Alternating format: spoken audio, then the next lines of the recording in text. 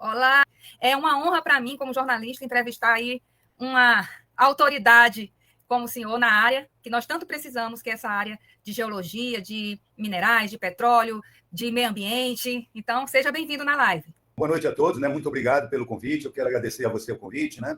E também a Roseli Martins aí, que está no movimento, né? Eu recebi aqui em Belém, nós conversamos, foi uma primeira conversa, e ela insistiu muito em eu fazer live aí com você e tal, e eu disse, tá bom, muito prazer, eu gosto de começar assim, né? Então, é uma honra realmente falar para vocês todos aí, né? Um público-alvo, como eu digo, diverso, interessado nessas questões ambientais, nessas palavras que giram aí, né? Efeito estufa, mudança climática. É tanta palavra envolvendo a questão climática que eu tenho uma relação aqui, já tem uns 30. Eu vou criar um dicionário de neologismo sobre as questões climáticas. Tem federalismo climático, crise climática, economia climática, pauta climática, mercado climático, protagonismo climático, ativismo climático, regulação climática, negacionismo climático, autoridade climática, encontro climático, plano climático, racismo climático, justiça climática. É tanta coisa, né? E agenda climática, que é o que a gente vai conversar aqui. Então, assim, vamos falar, né, eu digo assim, coisas certas ou corretas, de maneira humorada, bem humorada, né, para não diluir tensões com relação a esse tema, que realmente a coisa está tensionada, né? A gente está vendo aí a cada momento. Vamos lá. E graças a Deus que o brasileiro tem bom humor, senão ele não suportaria essa pressão climática. É uma pressão climática. Com certeza. Hoje nós vamos falar sobre verdades e mentiras, sobre essa tal agenda climática. Que diacho é isso? Como o senhor define esse termo aí, agenda climática? E faça aí, já aproveite e faça um resumo histórico de como, onde ela começou, né? De onde ela veio até chegar onde nós estamos e quais os reais objetivos dessa agenda. Queria dizer para você o seguinte, né? Eu sou realmente um geólogo de base, né? Aquela minha foto bacana. Eu quero mostrar para vocês algumas coisinhas aí, né? Não sei se estão vendo aí uma foto do geólogo aí com seus 26 anos de idade, trabalhando lá no norte de Goiás, entendeu? Então, eu digo assim, eu tenho 54 anos, né? Desde que eu entrei na faculdade de geologia até hoje, né? Eu vi que na chamada colocaram algumas coisas, títulos meus, né? Nem essa é a outra, essa foto. Então, títulos meus, né? Então, é demorado você chegar a essa condição, porque você, primeiro, né, tem que ser professor, você tem que ser pesquisador, tem que ter projetos, pesquisas acadêmicas, pesquisas científicas. Eu sempre gostei muito da prática, né, sempre orientei muitos estudantes de graduação, fui professor de várias disciplinas de geologia. Então, demora para você chegar num estágio desse. Desde 1972, né? Desde 1972, da questão de Estocolmo, eu estava no meu curso de geologia, quando já havia essas questões, né? Está mudando o clima, e sempre se trabalhou a questão natural, certo? Eu digo que nós temos três grupos que trabalham com essa questão. Nós temos um grupo que é esse grupo oficial, que trabalha nos painéis, IPCC, né? Esses grupos, o nome já diz, painel intergovernamental, são governos, são cientistas, né? De um modo geral, ligados a essa área, enfim, são cientistas. A gente, de brincadeira, eu digo, né, chama chapa branca, porque eles representam governos. Então, eles vão lá falar o que o governo que ele está no momento, o governo de ocasião, em qualquer país do mundo. Tá? O Brasil não é exclusivo nisso. Tem os cientistas que são independentes, que eu considero assim, com esse mesmo nível de conhecimento, né? E essa independência faz com que também eles, né, os outros, gozem a gente, brinquem com a gente, dizendo que nós somos céticos, né? E outros adjetivos, né? Porque nós somos independentes, nós não falamos aquilo que o governo quer, nós procuramos mostrar para a sociedade realmente o que é e o que não é, o que pode ser e o que não pode ser. E o terceiro grupo, que é o que eu digo o maior problema, né? Porque são bastante diversos, né? Como eu digo, de 72 até agora, onde nós estamos aí, nós tivemos várias dessas conferências, né? Nós tivemos, assim, eu digo, de ressaltar a mesma importância, a Rio 92, né? A Rio +10, a Rio +20, e a gente, assim, eu participei de todas essas, tá? Dessas últimas. E quando começou a questão lá na Rio 92, veio a Agenda 21, né? Agenda 21. Ora, a Agenda 21 tem muitas coisas, né, definidas, mas eu destaco assim, de fato, nós tínhamos três agendas que dentro da Agenda 21. A agenda marrom, chamada, que é a das cidades, da questão principal que eu digo que é o problema maior nosso, que é a poluição. Poluição urbana, poluição industrial, lixo, saneamento. Aí temos a agenda verde, na questão das florestas, mundo afora, de todos os tipos, né? E a agenda azul, que é dos oceanos. Certo? Então, assim, resumindo nessas três, a agenda ambiental, se você for buscar, sei lá, quando surge a agenda ambiental, se remete um pouco para a agenda 21. Então, de fato, eu digo assim, que essa palavra, essa coisa, agenda ambiental, ela surge mais recentemente, né? Nós tivemos também, não podemos esquecer, que são importantes, certos acordos, né? Eu digo que destaca logo o acordo de Montreal, da camada de ozônio, Nós tivemos também o tempo da elevação do nível do mar, vai subir o nível do mar, o aquecimento vai subir o nível do mar, Belém vai submergir, a Holanda vai submergir. Então, assim, essa agenda ambiental, que eu acho importante, a gente pode até pautá-la, mas, assim, como eu digo, com o devido conhecimento, o que é que quer se dizer com isso? Assim, esse terceiro grupo, que eu falava dos cientistas, é a mídia, são ativistas, são pessoas, tem muito cientista por aí. Cientista, você vai pegar a formação do cara, é filósofo, é sociólogo, é cientista político.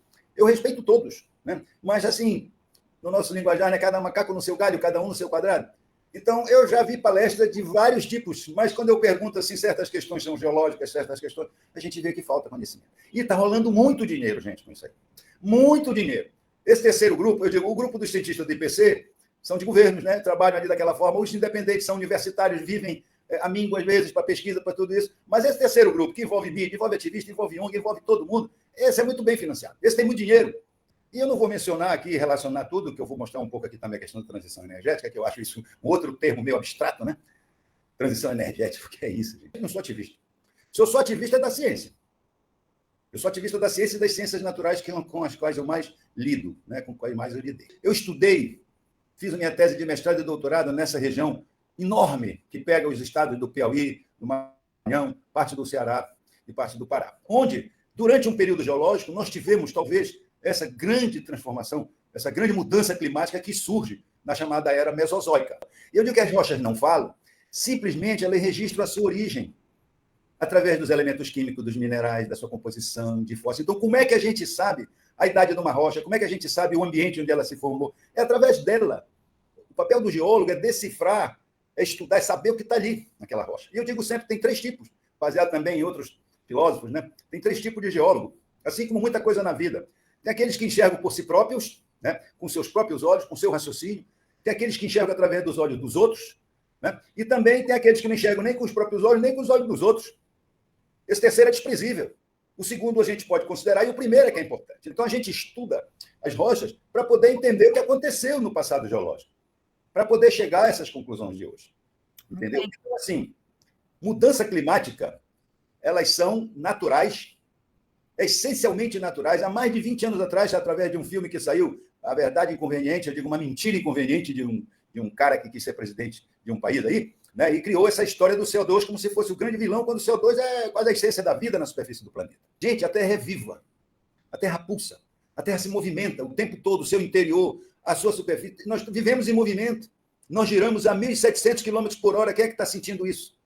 Né? A gente anda na rua, a Terra é gigante. Nós estamos tendo um problema sério, porque as pessoas estão começando a ver a Terra como se fosse uma bola de futebol desse tamanho, como se o homem pudesse fazer isso, pudesse fazer aquilo.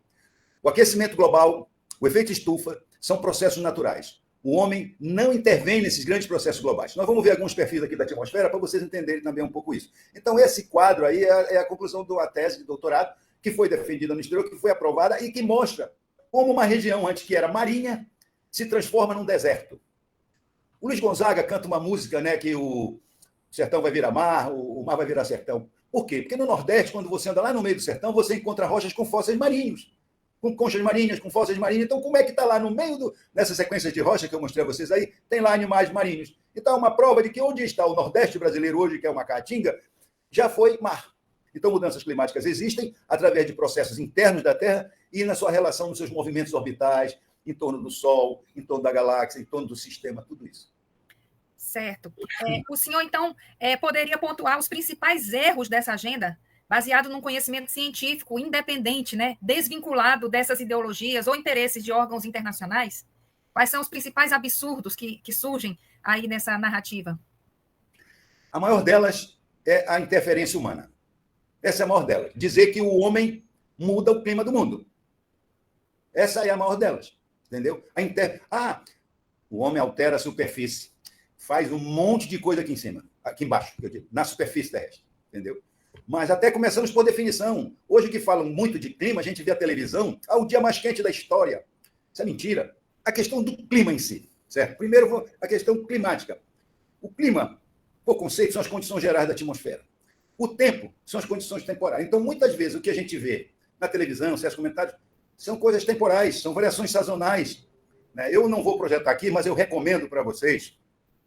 A NASA, recentemente, lançou os gráficos de El Niño desde 1950 que eu nasci, o ano que eu nasci até hoje. Então dá para ver como é essa pulsação, né? Os ciclos todos dependem dos movimentos que a Terra possui, né? Da rotação, da translação, da precessão e tantos outros movimentos. A gente aprende mal e porcamente, eu digo rotação e translação, né? Confunde estações climáticas com chuva, com neve, com sol, né? Está no inverno amazônico, nós estamos no verão. Mas a inverno amazônico vai dizer o quê? Entende? Então veja bem essa imagem aí. Tem uma coisa. Essa carta dos oceanos, gente. Esse é o retrato da Terra hoje. Assim, é como se fosse uma fotografia nossa. Você bate uma fotografia criança, bebê, criança, vai batendo adolescente, vai e bate uma foto agora, vê aquela minha foto com 26 anos e olha a minha agora. Então, essa imagem que a gente tem aí é da Terra, é da superfície terrestre hoje, bem recente, né? Então, nós temos aí o Oceano Atlântico, essa imagem global, né? A gente pode ver. Se eu pegar aqui e passar o Equador, na altura, se a gente passar a linha do Equador aqui, vocês vão ver, a distribuição dos continentes e o oceano no hemisfério norte é bem diferente. Existem processos no hemisfério norte, processos no hemisfério sul. Se vocês estão vendo no meio desse oceano todo aí, no meio do Atlântico, cadê o consultor? Aqui, vocês estão vendo, ó, cadê? Aqui, ó. Isso aqui, a gente chama Cordilheira Mesoatlântica. Isso aqui é uma cadeia de montanha vulcânica, que ela só aflora aqui em cima, onde é a Islândia. Só neve e vulcão. Então, embaixo do Oceano Atlântico, gente, e aqui para o Índico, e para o Pacífico, para tudo que é lugar, nós temos essas... Isso aqui são milhões e milhões de vulcões que estão aí, certo? A expelir água e outras coisas para o mar. Inclusive, elementos que dão sustento à própria vida marinha. Então, a Terra, ela se movimenta. Por exemplo, aí, pode deixar... Vamos voltar aqui, olha só. Reparem a questão das correntes, né? Aqui eu tenho... Eu não deixa, tá bom aqui. Eu tenho as correntes aqui, olha, reparem. No hemisfério sul, é muito mais oceano, muito mar. Aqui no hemisfério norte, continente, a questão da Amazônia, olha o tamanho da Amazônia em relação ao planeta. Isso é outra coisa. A Amazônia é o pulmão do mundo, muda o clima do mundo. Como é que 1% dessa superfície, né, vai mudar esse clima global? Entendam? Aqui, olha, por exemplo, outra coisa que é muito interessante, a questão das correntes, as correntes quentes, né? Aqui é o hemisfério norte, hemisfério sul, né? Reparem aqui, ó. Aqui tem uma corrente que vai meio quente quando chega bem aqui, ó, perto da Groenlândia, perto aqui. Aí as calotas polares estão caindo, de gelo. É o aquecimento, não é o aquecimento. A temperatura é menos 20 graus. São as águas quentes que vão por baixo, diminui a base do gelo e ele desaba. São correntes, então nós temos todo um sistema de correntes que vocês podem ver, ó. Então, quem é que controla o clima? Primeiro é o Sol. Nós temos as zonas climáticas, os climas do mundo definidos a partir da incidência solar na superfície. Depois nós temos essa enorme quantidade de água girando e correndo pelo mundo e levando, né? Eu digo que em alguns lugares, em alguns jornais, a Terra gira ao contrário. A Terra gira para leste, mas em alguns jornais aí que a gente vê na televisão, ela gira para oeste, que os caras querem mostrar movimentos atmosféricos que, na verdade, não são como eles dizem, né? O aquecimento do Pacífico, El Niño, La Niña, entendeu? São elementos naturais. Mais correntes aqui. Reparem os fluxos, né? Para onde eles vão, como eles giram. No hemisfério norte, no hemisfério sul, existe, às vezes, até podemos dizer, certas independências, né? Então, claro que o hemisfério sul é mais limpo, muito oceano. E o que acontece no hemisfério norte e no hemisfério sul é absurdo, né? Lá é uma coisa, aqui é outra. Vamos àquela da atmosfera. Vou mostrar aqui umas coisas agora da atmosfera. Essa aí é a composição, né? Que muita gente fala, o CO2, o CO2. Aí a composição da atmosfera tem 80 quilômetros. Nitrogênio, né? Oxigênio, argônio. O CO2 é 0,038. Alguns dizem 0,04, tudo bem. Então, é o quarto composto na atmosfera. Atmosfera, nitrogênio e oxigênio. Essa imagem aí mostra a atmosfera, a estrutura da atmosfera, vamos ver que a gente amplia, desde a sua superfície até aí já a ionosfera. Então, a atmosfera, ela tem assim, ó, a troposfera, que é até aqui, mais ou menos, 15 quilômetros. Então, todo esse rolo que a gente vive aqui a cada dia, toda essa história que acontece aqui, ó, na troposfera. Poluição, os círculos, gira para cá. Daqui para cima, a coisa vai ficando mais... a estratosfera, aqui é a camada de ozônio famosa, né, que já... A primeira questão climática, o primeiro absurdo que falaram foi isso. A camada de ozônio, buraco de ozônio, destrói o ozônio, fizeram o que fizeram, Acordo de Montreal, tiraram os gases, os produtos que se fazia refrigeração, que eram bem baratos, uns ar-condicionado, a geladeira, fizeram Acordo de Montreal, CFC, tira CFC. Hoje a gente paga um gás 30 vezes mais caro, 40 vezes mais caro do que seria o original, e a coisa do ozônio não era como se dizia. O nível do mar vai levar, vai submergir, vai ser tanto tempo, 7 metros. Quer dizer, não subiu. Então, A atmosfera, gente, olha, e a ionosfera vai até que os astronautas como eu digo, para chegar aqui não é fácil. Então, nós não temos, a Amazônia não temos, essa questão de a Amazônia mudar o clima do mundo não dá, tá bom? Então, nós temos que entender o que é o efeito estufa, nós temos que entender o que de fato acontece. Por isso que eu digo, a troposfera que é onde tem toda essa questão que a gente está falando, é aqui embaixo, tá? Bom, aí também uma outra coisa para vocês entenderem, a questão dos ciclos, né? Dos ventos. A Terra, como eu falei, gira na direção leste. Reparem os ventos alisos do norte, nós temos os ventos alisos do sudeste, no hemisfério norte, no hemisfério sul. Então, os ventos lá em cima, as circulações na estratosfera, na troposfera, melhor dizendo, todos os círculos. Então, é tudo dinâmico. Vocês entendem? Tudo dinâmico. Movimento todo o tempo. Certo? E o homem, com a sua insignificância, não tem como alterar isso. Nós temos um problema de poluição, sim, muito sério, sim, mas não mudança climática. Desculpa, vamos para a próxima figura aí. Olha, eu vou começar a mostrar para vocês os ciclos, né? O que eu digo. Quem já fez um eletrocardiograma ou já viu um eletrocardiograma, o nosso coração bate regularmente. Qualquer alteração, seja por mais lento ou mais acelerado, a gente vai identificar. Então, aí eu tenho as curvas, entendeu? De alguns milhares de anos ao presente, tá? Que vocês podem ver como já subiu, já desceu. Se vocês pegarem a última curva aqui, né, nós estamos vendo o seguinte: agora nós estamos num momento quase que interglacial. Se brincar, nós estamos resfriando. Entendeu? Então, eu vou mostrar, pega outra curva. Vou mostrar aqui curvas das que eu digo, olha, esse é um fascículo que há uns 15 anos atrás se editava no Liberal, um caderno científico, e um amigo meu disse assim, pô, Cílio, vamos falar sobre o aquecimento global? Eu digo, não, eu vou escrever sobre o resfriamento global.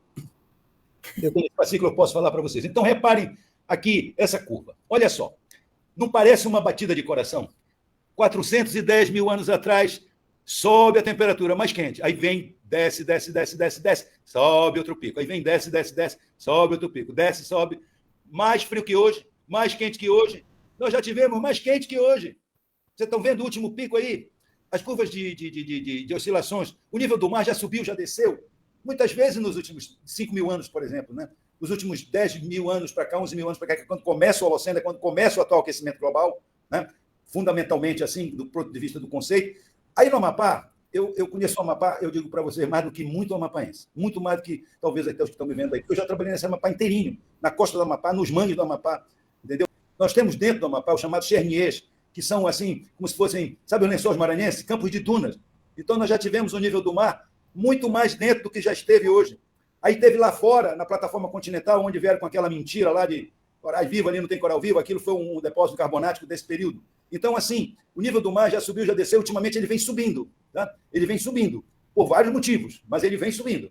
E a gente acompanha isso, tá? Nós temos esse mapeamento. Então, esse é mais um ciclo só para vocês verem aí como são as batidas que eu digo, né? Da Terra, os movimentos da Terra que fazem com que aconteçam momentos mais quentes, momentos mais frios, né?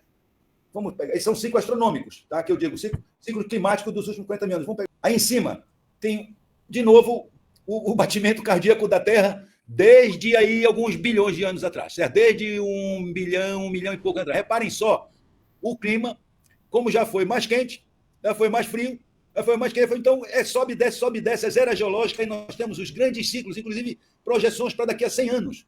Aí na frente, nós estamos hoje, num determinado momento, lá para frente, onde vai acontecer. Então, isso são alternâncias que a gente diz dos ciclos estufa, refrigerador. Uma hora esfria, uma hora esquenta. Certo? Vocês podem ver muito bem isso aí. Essa imagem eu quero mostrar para vocês como era essa configuração da nossa região costeira, aí, principalmente do Amapá, há 10 mil anos atrás, 11 mil anos atrás. Eram duas bacias hidrográficas, o Amazonas aí mais em cima e o Tocantins, Araguaia aqui embaixo. Desaguavam lá na frente da plataforma. Essa borda aí, onde foi assim, foi sendo submergido. Hoje nós temos 120 metros abaixo do nível do mar, dessa borda aí que eu estou colocando. Vamos ao próximo. Quando eu digo também que a fotografia da Terra, bom, essa é a estrutura da Terra, gente. Quando o cara pensa que a Terra, eu fico besta de ver quando se fala da Terra, a Terra é enorme, ela é gigante. Essa é a estrutura da Terra. Nós temos um núcleo lá dentro, ó, branco, branco e amarelo é o núcleo terrestre, esse laranja é o chamado manto, e essa casquinha aí é a crosta terrestre, que só tem 100 e poucos quilômetros, a litosfera. Né? Então, aí dentro, isso gira, isso tem movimento. As fontes de calor vêm lá do núcleo e fazem com que quebrem a crosta. Entendeu? Essa é a estrutura da Terra. O eixo polar é menor que o eixo, que o raio, melhor dizendo, equatorial, por isso que é achatada. Vamos ao próximo. E o giro aí que eu estou colocando. Vou botar uma série de imagens para vocês, que eu acho importante. Bom, essa é muito importante. Isso são as zonas climáticas, definidas pela incidência do Sol. Os raios solares incidem sobre a superfície terrestre. O Sol é o elemento mais importante que regula o clima do planeta. O Sol é uma estrela em evolução. Ela já foi pequenina, já foi violeta, já foi azul, ela vai, imagina, vai crescendo, e ela vai crescer de tal forma que ela vai consumir todo o sistema solar. Então, assim, os planetas mais próximos são muito aquecidos, né? E vem, chega na Terra, tem a sua... Então, quando o Sol incide na superfície do planeta, por que tem um equador? Porque é o ponto mais normal. Então, nós temos as zonas climáticas muito... Isso que são as zonas climáticas do planeta, né? O polar, né? As áreas áridas, né? O setor montanhoso. Então, qual é o nosso clima? Tropical, quente e úmido. Então, aí os climas do mundo, reparem a quantidade de amarelo. Isso amarelo é deserto, certo? Muita gente confunde. Eu vou dizer uma coisa para você muito interessante. A Amazônia, ela é consequência, ela não é origem. Nós só temos a Amazônia, só temos essas florestas tropicais porque nós temos o sistema atmosférico, o sistema oceânico e o sol que colaboram para que se desenvolva essa vegetação. Se vocês deixarem a cidade do Amapá aí, de Macapá, sem mexer em nada, vai crescer uma floresta e vai comer toda a cidade. Então, o deserto do Saara, o deserto da Arábia, o deserto da Austrália, é por conta de exatamente esses mesmos elementos, são consequências. Então, o deserto do Saara é a consequência dos ventos, de todo o sistema. Reparem aí, nessa imagem, o hemisfério norte aí para o banda do Mediterrâneo. O Mediterrâneo hoje, aqui já foi um grande oceano esse Mediterrâneo, ele está fechando, certo? Na evolução do planeta. Vamos pegar aquela outra lá. Bom, essas são as zonas climáticas, tá? Aí, essa imagem mostra a evolução do planeta exatamente daquele tempo que eu fiz os meus estudos. Quando eu digo que a Terra, aquela imagem que eu mostrei das cartas do fundo do oceano, todo o fundo oceânico não é plano, não é aquela coisa abissal, não. É vulcão para tudo que é lado. O Havaí é o topo de um vulcão de 9.500 metros de altitude, tem 5.000 metros abaixo do nível do mar e 4.500 metros acima do nível do mar. Eu estudei vulcanologia na Itália, eu visitei todos os vulcões da Itália, Vesúvio, Etna, Stromboli, entendeu? A Itália é como se fosse o fundo do mar sendo comprimido, subindo, com vulcões com terremotos. Então, reparem nessas imagens lá em cima. A primeira imagem é quando era o continente, o grande, nós tivemos assim um tempo, o planeta, e nessa época mesozoica, o planeta teve um grande continente. Então, essa área, todo esse continente ficou muito, por isso que nós tivemos esse deserto. Aqui está todos os continentes, o que figurou a América do Norte, o continente do hemisfério norte se dividindo em vários outros, e aqui os continentes do hemisfério sul que se dividiram em vários outros. Então, esse continente quebrou.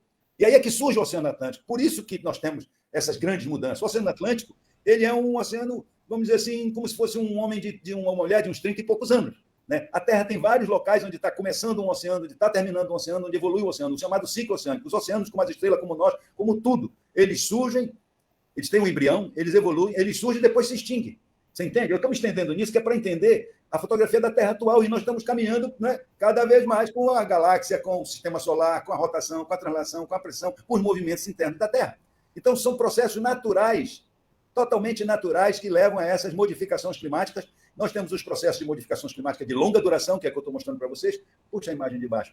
Né? Reparem que à medida que vai surgindo, vai quebrando o oceano, vão se dividindo os continentes, a expansão dos oceanos é muito grande. Isso é muito importante para a questão do clima. Então, Sol, com as suas inquietações, com as suas tempestades, o Sol gira, tem explosões, né? Ele é composto de 90 e poucos % de hidrogênio, 8% e pouco de hélio e os outros elementos químicos. São bombas de hidrogênio que vão acontecendo a todo momento dentro do Sol. Quando ele explode lá, que ele manda isso, vem tudo pelo sistema solar, as tempestades magnéticas. Então, Sol, oceanos, circulação oceânica, continente, distribuição do continente, montanhas, esses são os elementos que controlam o clima e produzem as mudanças climáticas e as temporais.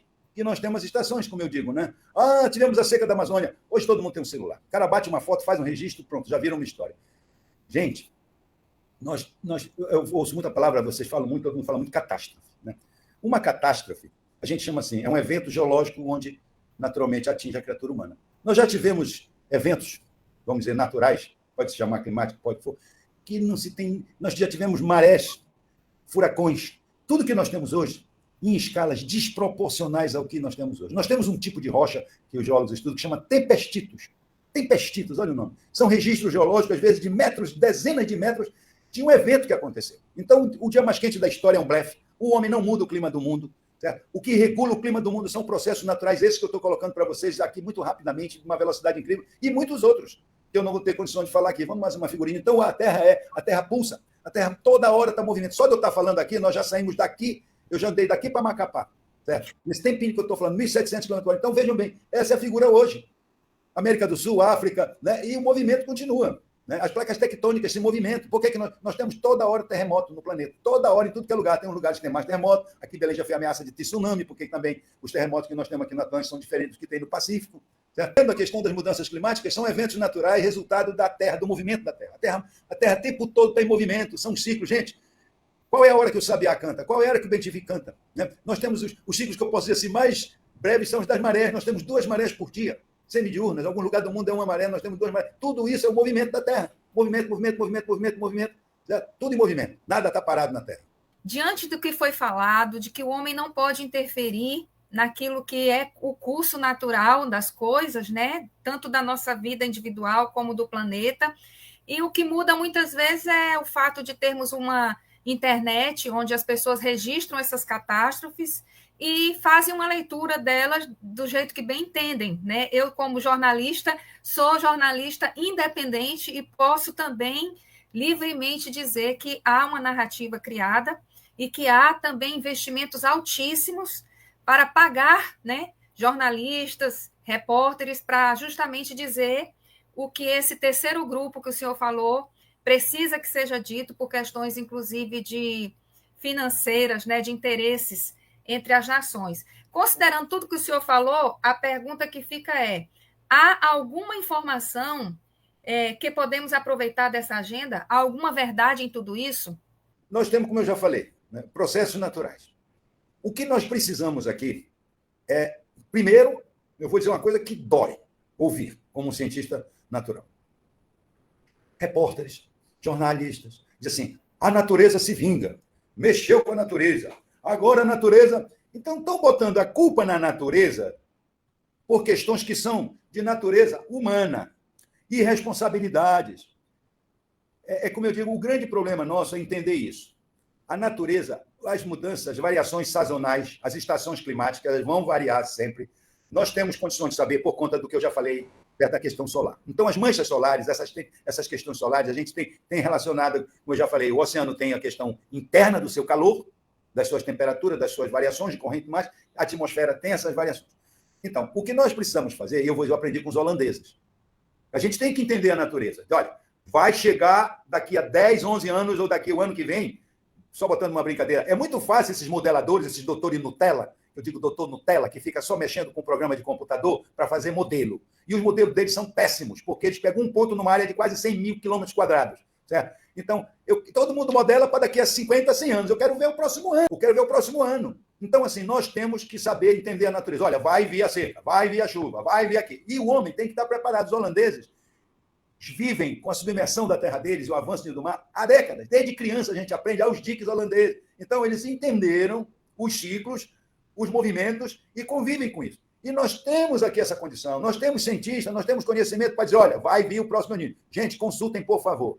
Gráfico de El Niño da NASA, que foi sair, lançado agora, de 1950 até 2024. Vocês vão ver o coraçãozinho ali da Terra batendo com El Niño. Sobe, desce, El Niño, na linha. Então, tem como saber. Então, o que é que a gente tem que fazer? Entender a natureza. Então, olha, vai ter... Aqui nós não temos, raramente, terremoto.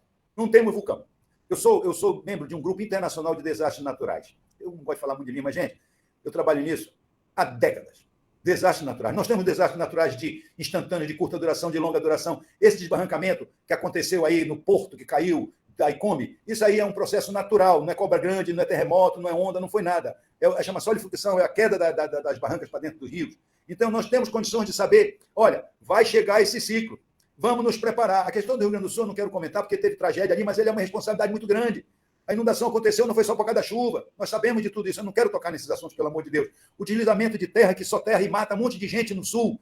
Né? Por quê? Porque os caras se colocam, as prefeituras, ninguém comanda nada, os caras se colocam nas áreas de risco, aí vem a chuva, desaba, a culpa é da natureza. A natureza fez isso, a natureza fez aquilo. Nós temos condições de saber, sim, como vai ser o tempo, ou o clima, pode deixar o clima, daqui ao ano que vem, daqui a 2 anos, porque nós temos esses ciclos. Nós podemos saber isso. Nós temos condições de prevenir. O problema é que ninguém faz isso. Deixa acontecer para depois botar a culpa na natureza. Ah, a natureza chegou, destruiu catástrofe, é só onde tem gente e acontece. Tem um vulcão que explodiu há muito tempo atrás, talvez tivesse extinguido não sei quantas espécies. A responsabilidade é muito grande das prefeituras, da defesa civil, de todos aqueles que lidam com isso. Nós temos mapas, nós temos o Serviço Geológico do Brasil, a CPRM, que tem todos esses mapas, prevendo essas coisas todas, locais de risco, tudo isso. Então, nós temos que nos prevenir, ninguém vai mudar, a natureza vai continuar com as suas secas, com as suas inundações. Entendeu? E o senhor falou uma coisa interessante, nós não podemos impedir, nós temos que nos preparar. Eu creio que esse é o resumo da história. Nós não podemos impedir nada, mas é o ser humano que tem que se preparar para aquilo que virá. Isso. Então, a gente assume a nossa responsabilidade naquilo que é nosso e para de jogar para a natureza, né, essa responsabilidade que é nossa. E em relação a isso, o senhor até já falou sobre o Rio Grande do Sul, eu fiz uma pergunta aqui, estava prevista, porque quando acontecem essas catástrofes, as pessoas que acreditam cegamente nessa agenda, elas começam a usar essas catástrofes contra os negacionistas, aqueles que entendem que ela poderia acontecer, por exemplo, na minha concepção, ela poderia ser, os efeitos dela poderiam ser minorados com ações preventivas, como o senhor muito bem colocou. E o que me preocupa, ou que me deixa abismada, é que essas pessoas, em geral, elas são aquelas que não jogam lixo no lixo, são aquelas que não lutam pelo saneamento básico na sua cidade, no seu estado, no Brasil. Por exemplo, no Amapá, nós só temos 4% de saneamento básico na capital. No interior, a gente nem fala sobre isso, porque não existe. Então, como pode, por exemplo, as políticas públicas voltarem-se para essa agenda ambientalista e tentar deixar a nossa Amazônia intocável para que o clima, sendo que o esgoto vai para o Rio Amazonas. Então, não cabe na nossa cabeça. Nós precisamos começar a colocar a cabeça para funcionar. Né? Claro que a cabeça de um geólogo é muito melhor, a gente está aqui recebendo esse conhecimento e a gente vai captar esse conhecimento para ter argumento agora para falar. Mas, pela lógica, não dá para a gente engolir mais esse tipo de agenda, que usa, na verdade, essa agenda, mas que na prática não se importa em diminuir a poluição. Né? E é aí que está. Ou seja, é aí que o homem pode entrar. O homem está tentando entrar naquilo que não lhe cabe entrar, que é mudar os tempos, as eras, o clima. Isso não vai acontecer. Então, nós não podemos evitar muitas dessas catástrofes, mas podemos minorar esses efeitos devastadores, principalmente com as novas tecnologias, né? Com tanto conhecimento à disposição do ser humano, com ações preventivas nas estruturas das cidades, como o senhor bem falou, né? Que a marrom, né, é aquela mais preocupante, que é onde tem mais poluição. Então, a saída não é não usar a natureza como se ela fosse um monstro que não pode ser acordado. A saída seria nos preparar para o curso dessa natureza. Então, o que o senhor sugere a esse respeito? Já que em muitos países, por exemplo, onde é comum acontecerem episódios assim, catástrofes, os governos já conseguem prever e diminuir esses impactos, protegendo as pessoas e protegendo o seu patrimônio. Então, o que o senhor sugere? Porque eu acho que se a gente entrasse nessa discussão o tempo inteiro de como se preparar e como prevenir, seria muito melhor do que simplesmente dizer não toque, não mexa, deixa tudo intocado, porque a próxima geração precisa de um mundo. Né? E somos nós que vamos deixar esse mundo para elas, um mundo intocado. Então, assim, há algo errado nisso e a gente precisa focar naquilo que realmente vai trazer um resultado positivo para quem está vivendo hoje e para quem vai viver depois. Né? Dentre esses resultados está aí o uso da tecnologia. Em outros países acontecem as catástrofes ou não, na verdade, são prevenidas muitas delas por conta do uso tecnológico. Olha, eu de vez em quando falo, e você me lembrou de uma frase de um poeta mato-grossense, que é Manuel Barros. Ele diz o seguinte: o meu quintal é do tamanho do mundo. O meu quintal é do tamanho do mundo. Então, essa visão de mundo, de influenciar o mundo, ela vai variar a mesma coisa de universo. Né? A história de clima está no clima. O meu universo, o meu mundo. Gente, existem muitos conceitos. Né? Então, quando eu falo mundo, eu estou falando o planeta. Eu estou falando do globo. Quando eu digo que a Amazônia corresponde a 1% da superfície do globo e, portanto, não tem como mudar o clima do mundo, eu não estou desvalorizando a Amazônia, muito pelo contrário, como eu já disse naquela minha explanação. Se você tem uma doença, um câncer maligno, diz, olha, tu tem 1% de chance de vida. Meu Deus, eu vou ir pegar nesse 1%. Então, nós temos de pegar esse 1%, que é nossa responsabilidade. Essa é a nossa questão. A Amazônia, ela é Deus da Amazônia de quem quiser trabalhar e viver aqui. Então, nós temos, sim, condições de usar os recursos naturais, todos eles, com sustentabilidade, com tudo aquilo que mexe os padrões. Eu vou dizer uma coisa clara para vocês. Quando eu digo essa digamos, relação do mundo da Amazônia com o planeta, não vamos desmerecer a Amazônia, muito pelo contrário. Nós temos de nos pegar esse 1%, como eu digo, enorme. A Amazônia é gigantesca para nós, gigantesca para a criatura humana, certo? Mas nós estamos, como você falou, o problema é narrativo, quer dizer, não, porque muda o clima, não pode... Eu sou absolutamente contra queimada, contra desmatamento, contra desvio de curso, contra garimpo ilegal, entendeu? Tudo aquilo que destruir a superfície é nocivo para a criatura humana, não é justo do ponto de vista social, não é justo do ponto de vista econômico, não é justo do ponto de vista ambiental. Agora, dizer que isso vai mudar a atmosfera é outra história, deixa a atmosfera. Vamos combater aquilo que é nocivo, a tudo aquilo que destrói, a manter a floresta em pé. E a biodiversidade dentro, gente. E a caça indiscriminada, e as espécies em extinção que são caçadas. Eu quero que entendam bem isso, entendeu? Que a Amazônia, ela não equilibra, não muda o clima do mundo, mas ela é muito importante aqui embaixo para nós. Uma queimada é terrível, entendeu? Além da questão da poluição, sim, mas a fumaça vai dissipar, vai embora, mas o que ficou depois da fumaça é terrível. Então, não vamos, né, atuar, isso não é um passaporte para nada. Eu acho que até mais passaporte para que eu tenho visto agora para a destruição é a questão do conceito poluidor-pagador, que nós temos no Brasil. Aí eu poluo e eu pago. Eu compro crédito de carbono, eu faço o que eu quero, isso eu não concordo. Então, assim, quais são as questões que você fala? O que é que nós podemos fazer? Nós podemos fazer exatamente isso. Combater o que está errado, prevenir, adaptar. O que você falou é fundamental e entendeu bem. Espero que todos tenham entendido isso. A Amazônia é consequência, não é origem. A natureza, nós estamos humanizando a natureza, a coisa mais absurda que eu vejo. Humanizando a natureza, como se a criatura humana, a natureza fosse igual a criatura humana, que tem raiva, que tem ódio, que se apaixona, que gosta, que não gosta, que briga, que não briga. A nossa responsabilidade é essa, entender a natureza, compreender a natureza, o que vai acontecer, a inundação. Assim. E olha, gente, o pessoal diz que Deus é brasileiro, né? Gente, nós não convivemos com furacão, nós não temos vulcão para explodir aqui, nós temos inundações, chuvas torrenciais e secas muito curtas. Então, os nossos, digamos assim, como falam muito, né? Os nossos eventos climáticos, extremos eventos climáticos, meu Deus do céu, os caras não sabem nada. O cara que diz isso. Nunca estudou geologia, nunca sentou no banco da geologia geral. Porque nós temos eventos geológicos, de eventos de todos os tipos que nós temos hoje, muito piores do que hoje. Então, nós estamos vivendo, inclusive, outra coisa que eu gostaria de destacar mais uma vez, gente, CO2 trouxe a vida para o planeta. Ninguém queira viver num clima frio. Existem dois tipos de deserto, né? Porque o conceito de deserto é ausência de vida. Nós temos os desertos quentes, como o Saara, e nós temos o deserto frio, como as estepes e os povos. Entendeu? Esses ambientes, apesar de nós, ainda assim tem gente vivendo. Então, a criatura humana nasceu e surgiu lá na África, caminhou o mundo inteiro, foi se adaptando a todas essas condições climáticas do Polo Norte à Floresta Amazônica, entendeu? Passando pelos desertos. A criatura humana ela tem que se adaptar à natureza, porque a natureza está aí, ela não é humana, certo? É um planeta que tem movimentos, gira em torno do seu eixo, inclinado, gira em torno do Sol, junto com o Sol, gira em torno da galáxia, e tudo isso é a Terra, dinâmica, viva, pulsa, como a gente, certo? E eu gostaria também de falar, de ressaltar aqui com quem está nos ouvindo, que o ser humano é o centro de toda a criação. A criação existe para o ser humano, né? Então, como o senhor falou, essa troca de papéis colocando a natureza acima de tudo, acima de todos e trazendo muito prejuízo. Por exemplo, voltando e vindo agora para mais perto, né? A dificuldade em aprovar, né, a pesquisa e futura exploração de petróleo no Amapá, ela está condenando seres humanos à miséria. Então, nós estamos vendo um Estado se esvaziando, pessoas, famílias inteiras indo embora sem perspectiva, né?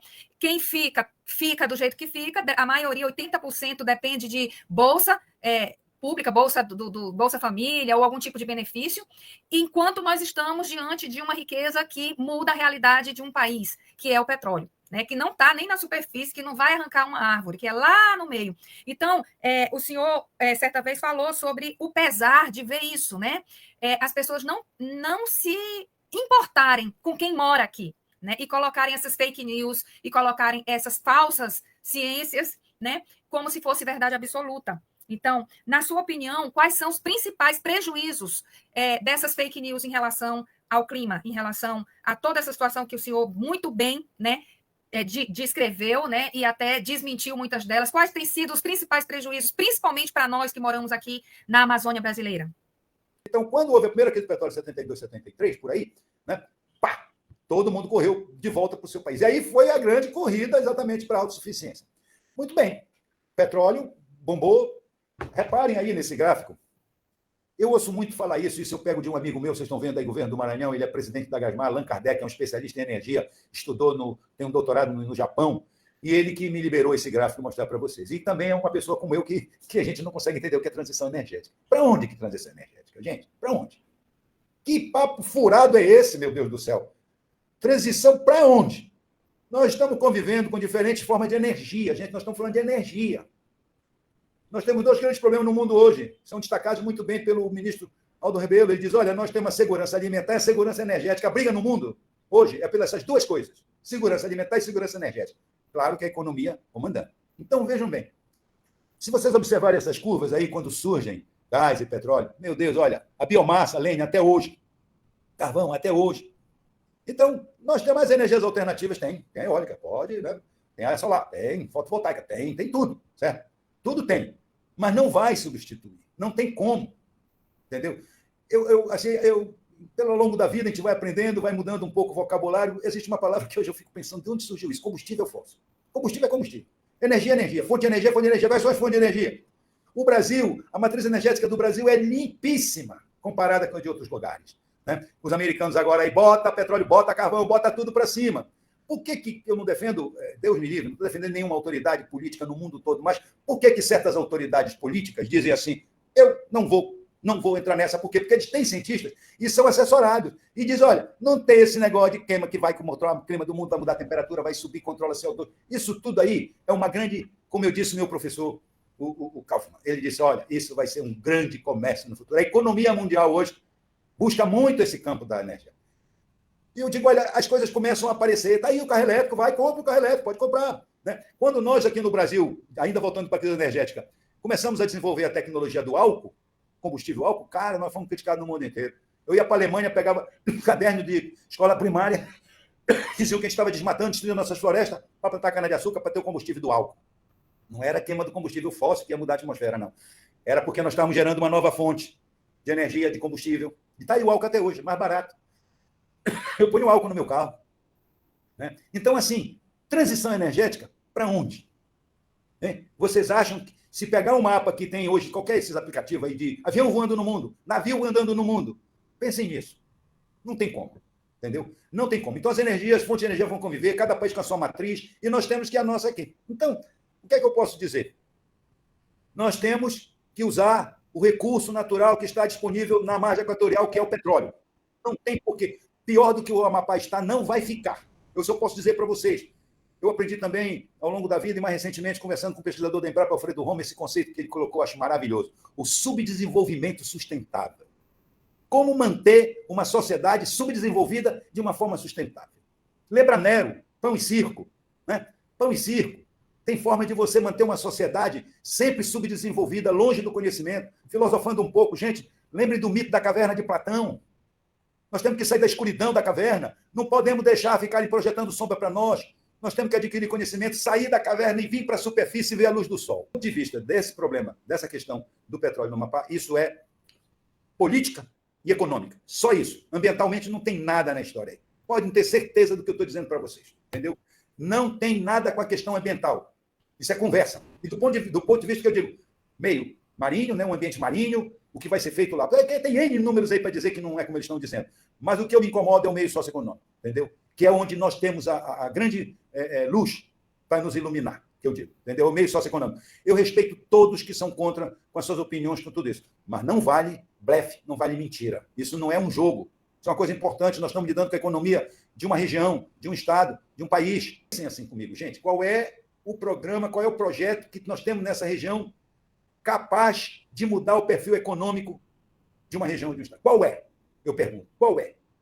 No Amapá, ou até mesmo aqui no Pará? Qual é o projeto? Não temos. Então, é preciso entender, certo? A importância econômica, estratégica e, principalmente, social para a exploração desse petróleo. Entendeu? E o senhor também pode falar a respeito de Maringá, né, no Rio de Janeiro? Macaé, no Rio de Janeiro. E a gente tem essa impressão de que o problema, tipo, tudo bem que se faça, mas não na Amazônia. Ou seja, a gente ainda tem essa situação em que em outras regiões pode. Em outras regiões, as pessoas de lá, elas merecem dignidade, elas merecem a cidadania, mas quando é no norte, aí todo mundo pula para a agenda climática. Né? Então, assim, o senhor, como alguém que já acompanha a trajetória da Petrobras há muitos anos, pode até falar um pouco a respeito dessa dificuldade muito conveniente de quando chega na Amazônia, no norte do Brasil, nada pode. E a gente continua sendo a região mais rica em tudo, em todas as questões de minerais, biodiversidade, e a gente continua sendo o povo mais pobre, onde é nos negada a cidadania. Bem, Macaé, como a gente falou, Macaé começou, não era nada, não tinha nada ali. Eu conheci Macaé, Maricá, conheci aquela região todinha antes de petróleo lá, certo? Gente, é uma loucura, Macaé. Uma loucura, como eu falo. Não tinha nenhum curso superior, tem 35, só tinha escola pública. É uma loucura, Macaé. Assim, no sentido, foi desordenado, teve muitos problemas, mas nós podemos fazer no mapa ordenado, tem projetos para preparar tudo direitinho. Então, ainda sobre as questões. Eu também ouvi na Petrobras, poxa, meu irmão, eu prefiro morar na Barra da Tijuca, pegar um helicóptero e ir para a plataforma, do que morar em Belém, que morar em Macapá, entendeu? Nós temos essas coisas que são absurdas. Foca no pré-sal, pronto, mete lá, tá aí, agora o pré-sal no Sudeste está acabando. Por que não aqui de novo? Então, nós temos discriminações internas, nós temos, só dentro do Brasil já é um monte de problema, certo? com empresa, com política, com diretor, vem de uma região, quer que jogue na Bahia. O último presidente era da Bahia, né? Do Rio Grande do Norte, desculpem, Prate, né? Rio Grande do Norte, saiu logo, né? Começou lá, a margem equatorial. Está lá no Rio Grande do Norte, já poço, 2, 3 poços, né? Está lá. Então, nós temos isso. Agora, se não bastasse isso, esses problemas internos, até de, sei lá, eu digo discriminação mesmo, né? De região, de estado, é melhor viver na Barra da Tijuca, no Rio de Janeiro, trabalhar na República Chile, a Avenida República Chile é onde é o endereço da Petrobras, no Largo da Carioca, no centro do Rio de Janeiro, né? Morar na Barra. Como eles me disseram, decide quem é que quer morar em Macapá, em Belém. Né? É horrível isso. Não bastasse isso, nós temos o exterior, nós temos competições internacionais das grandes corporações dos países. Né? Nós temos que entender isso. Então, os interesses que são aquilo que está contra isso, eles não brotam assim como falam, o clima, vai mexer com o golfinho não sei de onde, vai porque a corrente vai não sei para onde, ficam arranjando argumentos para impedir. Por isso que nós temos que entender que nós não estamos assim diante de um probleminha, não, porque vai vazar, vai passar para lá, o boto, o barulho do helicóptero, do avião voando em cima da terra indígena. Não é isso. Isso tudo é só para dizer na frente, porque o que está por trás, ninguém fala. Entendeu? Então, assim, parabéns pelo movimento de vocês. Meus parabéns a todos vocês. Eu digo para vocês, eu não sou daí, entendeu? Sou paraense, mas eu sou do norte, eu sou amazônida. E eu luto por esse desenvolvimento dessa Amazônia Oriental. Porque não é possível você viver em cima da riqueza sem poder utilizá-la. É um absurdo. Nós temos que pensar no povo, nessa população que não tem acesso a esse conhecimento, entendeu? E vive nesse subdesenvolvimento sustentável. Por que não dizer miséria sustentável, né? Estão sustentando a miséria, Sim. nos impedindo de crescer. E eu quero agradecer muito a sua atenção, seu tempo dispensado. O nosso movimento é um movimento aberto e organizado da sociedade civil, porque, de fato, a bola está conosco. Somos nós que temos que fazer esse gol, através da pressão, através do conhecimento verdadeiro. Hoje o que nós tivemos aqui foi o conhecimento verdadeiro. Os países que realmente fazem a diferença e que lutam pela sua soberania, eles escutam cientistas de verdade, e eles são realmente orientados por quem entende. Então, eu espero que o Estado do Amapá e o Brasil dê voz para cientistas, pesquisadores, como o doutor Luiz Hercílio, que realmente tem subsídio para dizer onde o homem pode ir e onde ele não vai ter nenhum tipo de interferência, que é a natureza com seu curso, né, e que a gente pare de achar que quem quer lutar pelo desenvolvimento, como nós desse movimento, tem gente que nos vê como ecocida, né? Quer matar a natureza, quer destruir a natureza, e não é isso que nós queremos, e infelizmente essa é a narrativa que a gente tem que estar batendo contra o tempo todo, esclarecendo o tempo todo, e hoje nessa entrevista foi esse momento, e eu quero dar aí a sua fala final. Para você que é do Amapá, busque conhecimento, somente buscando a verdade, você vai se engajar nessa luta e vai entender a grandiosidade que é essa possibilidade que está aí, às portas. E você também vai entender o crime que é se nós não tivermos essa exploração. O crime é enterrar o futuro dos nossos filhos e dos nossos netos. Somos nós que temos que nos movimentar e buscar o que é nosso. Doutor Hercílio. Parabéns pelo movimento, certo? Porque se nós não se deixar como está, vai piorar. Então, nós temos que mudar essa realidade. E a gente só muda a realidade, certo? Agindo. Certo? Agindo. E nós temos de agir. Nós temos de agir como vocês estão fazendo. A ciência está aí para ajudar. Certo? Vamos aprender a viver com os extremos climáticos, os grandes problemas climáticos, as grandes mudanças, as grandes questões que acontecem. Vamos aprender a conviver com ela, porque nós não vamos mudar a natureza. Nós não vamos diminuir a seca, nós não vamos diminuir a inundação, nós não vamos diminuir a chuva, nós não vamos aumentar a chuva. Não tem isso. Certo? Os ciclos estão aí, se repetindo. Existe uma evolução? O CO2 tem, sim, claro. Se o cara polui, se o cara joga, né, sujeira no ar, tem. O conhecimento verdadeiro é o que liberta e que faz a gente se desenvolver como Estado, como nação. Então, a nossa nação precisa de cientistas independentes, como o senhor, que realmente se interessam em transmitir a verdade, mesmo que ela seja uma verdade incômoda, né? Então, nós estamos aqui para salvar a nossa sobrevivência nesse lugar e não para salvar o planeta. A gente precisa botar o lixo no lixo, a gente precisa reciclar, né? A gente precisa ter saneamento básico. Se a gente conseguir fazer o beabá, já está ótimo. Se a gente conseguir se preparar para aquilo que a gente não pode impedir, já está ótimo. Então, quero dizer que o nosso movimento, ele é a favor do meio ambiente, sim, e ele é a favor também da melhor vida que o ser humano possa ter. E eu, como cristã, sei que Deus deu para o homem todos os recursos possíveis e imagináveis para que o homem tenha uma vida tranquila, uma vida saudável, onde não lhe falte nada. Boa noite. Boa noite. Obrigada. Obrigado.